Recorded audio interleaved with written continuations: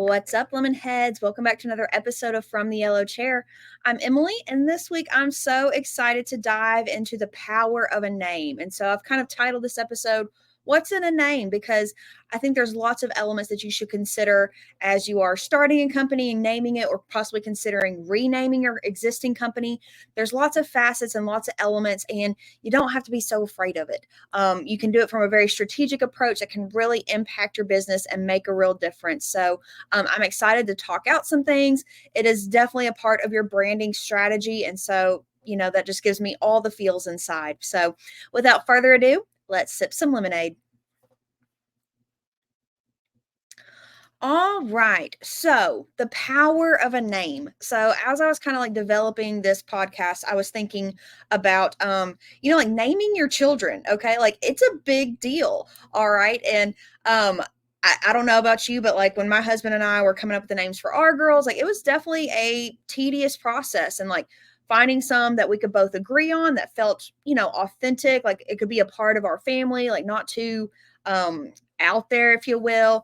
It was also something of like, what kind of memories or associations come up with that name. So like, no, we can't name our girl this because of that one girl in high school who is so mean, and it ruins, it has that association for you. So naming your child is a big deal, but so is also naming your company. And so often I see where contractors just get, I don't want to say lazy, but like there's no creativity or like true thought process. It's just kind of like, I'm gonna name it AAA, AAA, or A1, or I'll just do my name or my initials. And I'm like, you are missing so much opportunity.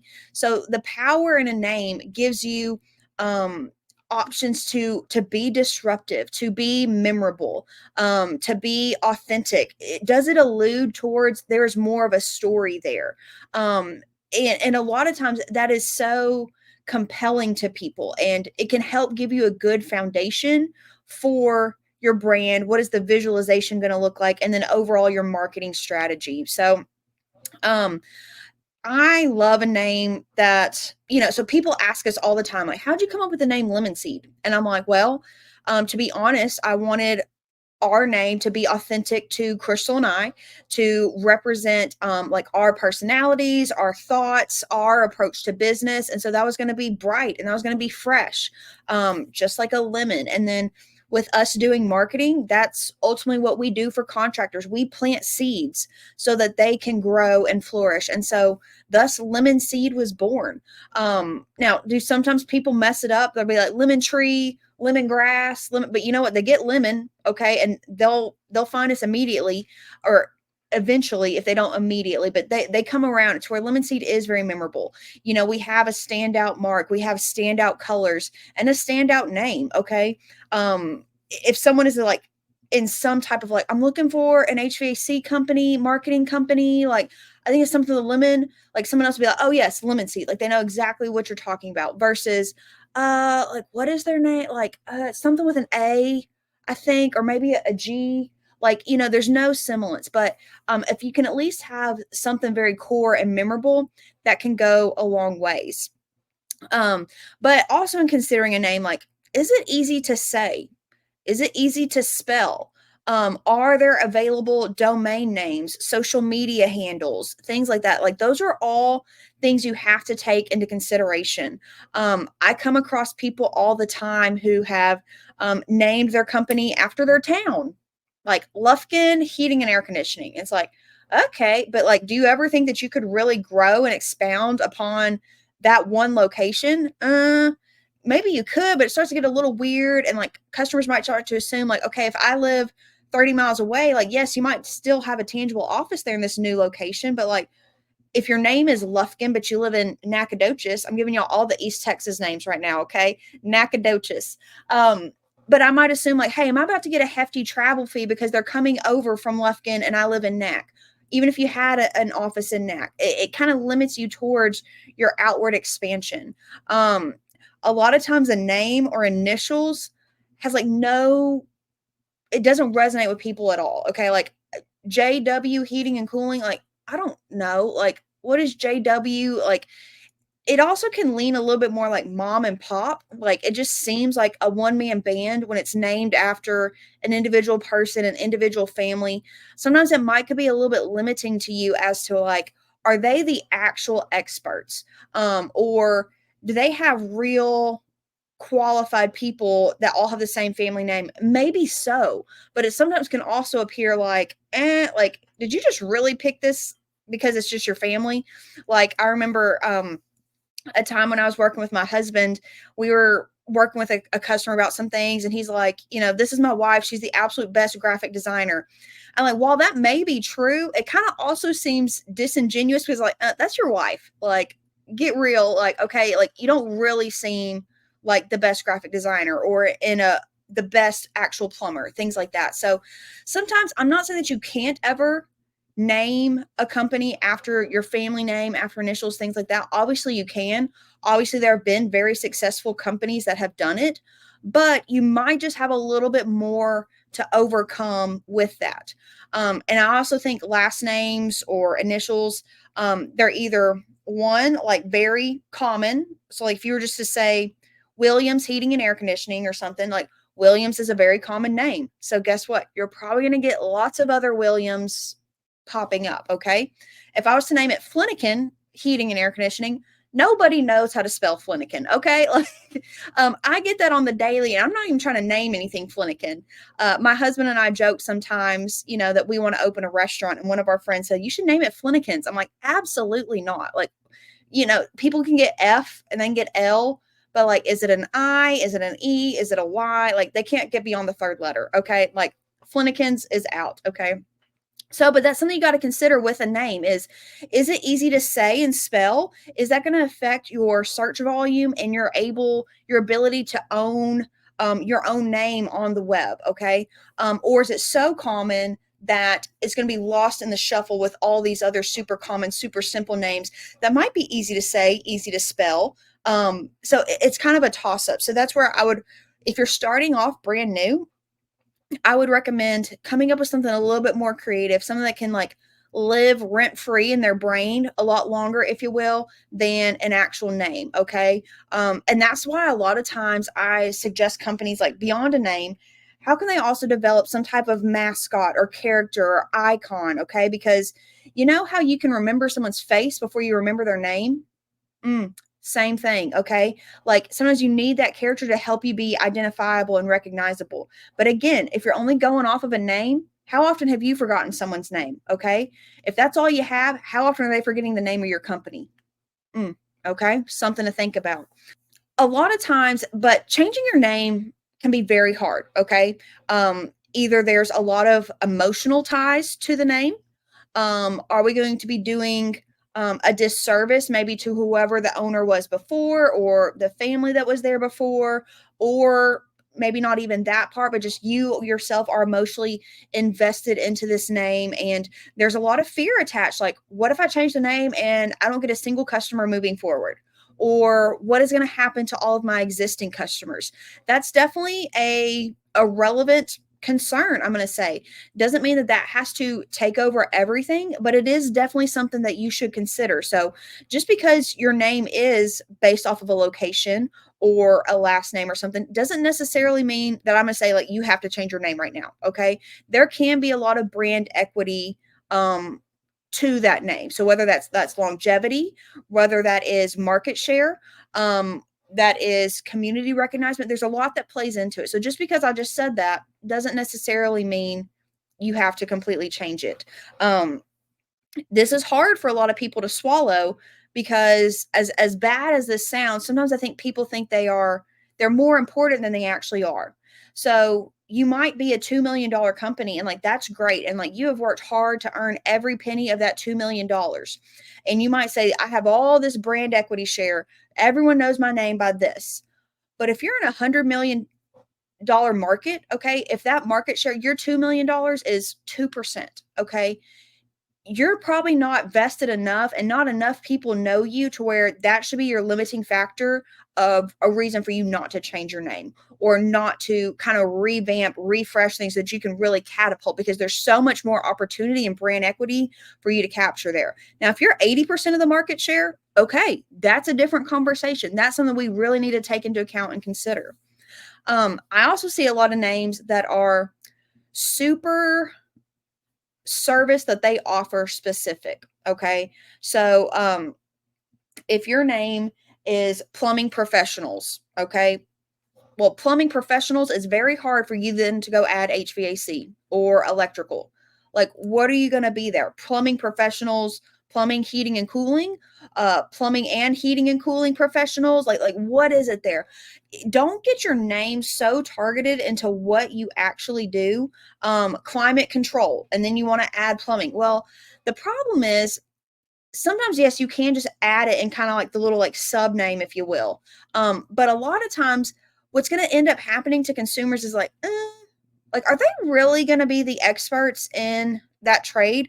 Like, they seem like a plumbing company that just now like kind of tacked on HVAC. Like, I've got a real problem here. I don't know if they should be the ones that I call. Okay, like I'll call them for plumbing. They're known for that. They've done a great job at that always. But like, I don't know about this HVAC, or I don't know if they're going to be truly the one that's going to fix my problem here. You just seem it very limits you and pigeonholes you for room for growth. Okay. So that is something that you definitely have to be specific on. I also don't think having an adjective as your name is super unique, memorable, identifiable. It's usually not very searchable to being unique to you. So, like, if you're named quality plumbing or quality heating and cooling or professional heating and cooling, integrity heating and cooling, which, first off, if you have to tell people that, you have integrity, that's usually a sign that like you don't, because you're trying to like cover up something. You know what I'm saying? But when you have a name that is just an adjective, or like emergency heating and cooling, that's just an adjective. Okay. Every other heating and cooling company that does quality work is going to have quality all over their page, all over their keywords. That is a term that people are searching for: quality HVAC units, or installation, quality, professional. Those are adjectives that people use that is not associated to an actual name. Okay. Therefore, you have very little ownership over your own name. Okay. People can also be buying that same type name, those same keywords of your location, of that adjective, whatever it might be. So there's nothing unique, there's nothing authentic to just you. Okay. When you're developing a name, we want it to be very unique, memorable, identifiable, to where it can't be mistaken for anybody else. People are not going to accidentally call you, or accidentally call a competitor, more so, in hopes that they're trying to find you. Okay. Those are things that you definitely have to consider. I know a lot of times people are not looking to change their name because they're like, does it seem like, if it is a family name, does it seem like we've sold out, or that it's not going to be the same people, or we're under new ownership, or does it seem like less professional? I'm going to say more times than not, no. Okay. It's actually going to be like kind of a catapult for you to start to own your web search, to start to own renting in their headspace, to start to own memorability and different aspects. And how can you really tell a whole story with through this? So, yes, we could have been, professional marketing services, but like us having the name Lemon Seed, like, it gives us a platform for our color, for yellow. It gives us all types of words and acronyms like zesty, juicy, bright. Like, we do all kinds of things off of those fun puns. It gives us a starting point for, we're going to do all kinds of things around lemonade. And like, that's what we say. We say making lemonade, that's our secret sauce. Lemonade is the secret sauce. And, it just gives you a better platform to tell a story. Okay. But a lot of times you don't have to like completely change your entire name. Like, there are instances where you might can just like modify it a little bit. So, like, I'm thinking of like Dunkin' Donuts. Well, Dunkin' Donuts, as they're really trying to launch their coffee business and their other breakfast food items and things like that, and really become like a morning stop, they kind of realize like, hey, we really need to lose the donuts to where we're just Dunkin'. So like America runs on Dunkin'. It allows them to position themselves to have more than just donuts. Okay. So there might can be some moderations that you can make to dropping an end part of a name. I know a lot of family companies have like a and sons or something like that. Like maybe could you drop that and shorten that off some?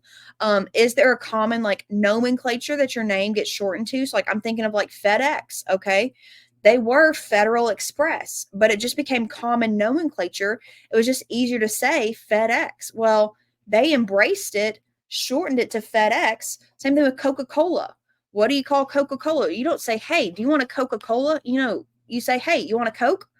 And you say Coke and everyone realizes what you're talking about. But again, Coca-Cola embraced it. Like look at their logo. It doesn't say Diet Coca-Cola. It says Diet Coke. Okay. So there can be some ways that you can shorten it to still make an easier transition, but does it allow for you to give a little bit better of a launching pad or to better expound your service area, to expound your actual services? That might be something to consider.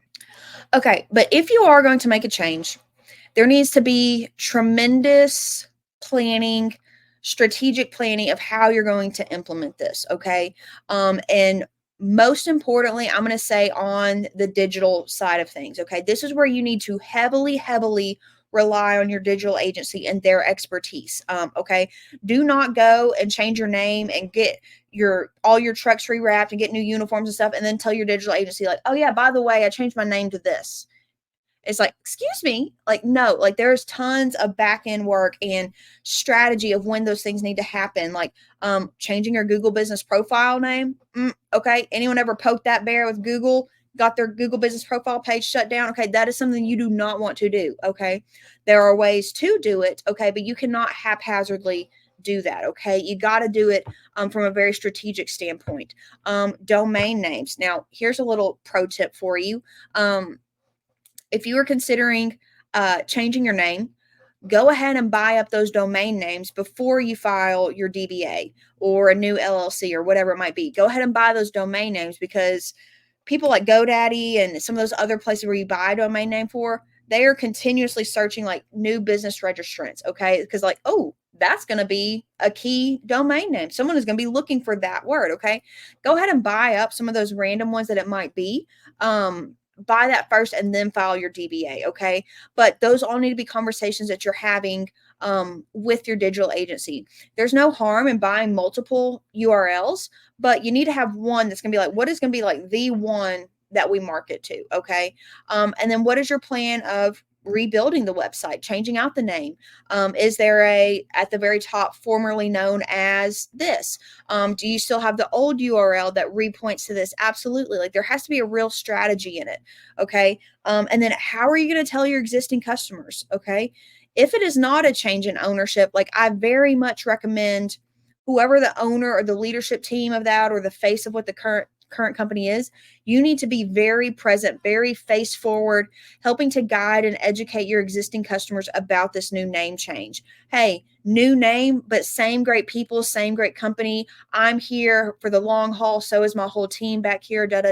You need to be very upfront, forward focused, and not just send out, an email. Effective immediately, quality HVAC company is going to be known as Lemon Marketing Company or Lemon HVAC Company. No, like, okay, it needs to be a lot more heartfelt, provide a lot more assurance and stability to keeping that existing team name. Okay. So you need to have a whole strategy from your digital aspect of, what new URLs are there on your website. How do we still kind of like maybe co-brand for a while, like whatever that former name was to what the new name is? What is happening on social media? Okay. Again, maybe your profile and cover photos are kind of like dual branded for a while. I would have lots of, from the owner, like with pictures of the owner or videos from the owner, like kind of walking through what these new phases and changes are. You got to be very forward, tapping into your existing customer base. So probably like sending out a couple emails. Okay. So like, don't just send out one. Okay. Cause if it like accidentally got deleted or they accidentally just overlooked it. Okay, like have a plan to send them out for the next little bit, all about the name change. And then again, co-branding some of them. A direct mail piece is probably in order for your existing customers as well. Okay. really pay attention to those. Okay. A lot of renaming the company is going to be for that new and existing customer that doesn't already know you yet. How can you, again, be disruptive, stay in their mind? How can it give you a better platform for your services? But do not ignore your existing customer base during this transition or during this process. Okay. They are still crucial. They are still, hopefully, if you've done a good job for them, they are going to be your advocates. So you don't need them to feel like they got left out of the game or everyone knew but them. Okay. I would almost treat them first. And what is going to be your action plan with notifying them first before we really develop what is our launch plan with this new name to new existing customers. So, um, but a name is very powerful. Okay. If you're a company that's been around for 100 years, you're going to be, I'm going to be a little bit hard pressed to say, hey, you definitely need to change your name. Maybe so. Okay. Maybe you don't have enough market share, or maybe there's been some, like terrible incident or lawsuit or something like that to where like you really do need to, or maybe there has been a change of ownership and it's like, hey, we really got to change everything. There are times that that might happen. But I want to encourage you, don't be afraid to do it. Okay. Don't be scared of the what ifs, because there can also be tremendous benefit to that unknown. Okay. There can also be so much more than what you were initially anticipating or what you initially have right here. Okay. So if you do it with strategy, if you do it with real intentionality and to like, how can this be my big picture goal to where it'll help my marketing perform so much better? It'll help my brand stand out and be a lot more recognizable. There's some real power and benefit to it, to where I would love to help guide you through that and just give you talking points and thinking points of things that you should consider, because it can be game changing. Okay. Obviously, there's still brand refreshes that you can do without changing your name. We do that all the time. But there are also times where you need to change your name, and you shouldn't be too afraid or too scared of what the implications of that might be, because it can be truly life changing. So, there's power in a name. There's power in your name, in your kids' names, but there's power in your business name. And that can really help be a pivotal part to determining the success of your marketing strategy and ultimately of your company. So I hope you got some thinking points here. Maybe your brain is turning in a little bit, or maybe it just brought up some points that, hey, I hadn't ever really thought about it that way, or like, maybe it really is time for me to kind of reconsider a name change. And if not a name change, maybe it's a brand refresh. Okay. How can we reinvigorate this thing that we've already got going on here? Okay.